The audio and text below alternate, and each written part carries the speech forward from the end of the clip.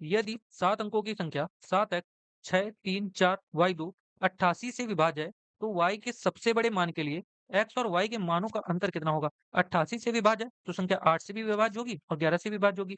तो 8 की डिविजिबिलिटी क्या होती है? लास्ट के 3 अंक 8 से विभाज्य होने चाहिए। तो लास्ट के 3 200 के मल्टीपल में देखते हैं, क्योंकि 200 8 से डिवाइड होता है। तो 200 का मल्टीप्लाई होता है 400, यानी कि ये तो डिवाइड होगा, बचेगा 2 अंक बचे, तो 2 अंक देख लेते हैं। तो 8 चौको 32, लास्ट में 2 आता है, तो y की वैल्यू हो जाएगी 3। अगली संख्या 4 बढ़ के होगी, अगली होगी 7, यानी कि y के 2 मान आ गए, 3 आ गए, 7 आ गए। तो y के सबसे बड़े मान के लिए पूछा है, तो y की वैल्यू लेंगे हम यहाँ से 7, ठीक है? आगे देखते हैं, आगे क्या है? अब देखना है 11 से डिविजिबिलिटी देखनी है। तो 11 की डिविजिबिलिटी क्या होती है कि अल्टरनेट संख्याओं को जोड़ लो और उनका डिफरेंस कितना होना चाहिए? या तो 0 होना चाहिए या 11 का मल्टीपल होना चाहिए।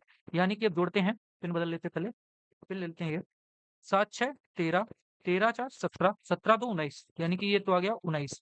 अगला पिन लेते हैं, x प्लस 3 और प्लस y की वैल्यू कितनी आई? 7, 7 3 10 प्लस x, यानी कि 10 प्लस x, x इनका डिफरेंस या तो 0 बनना चाहिए या तो 11 का मल्टीपल बनना चाहिए।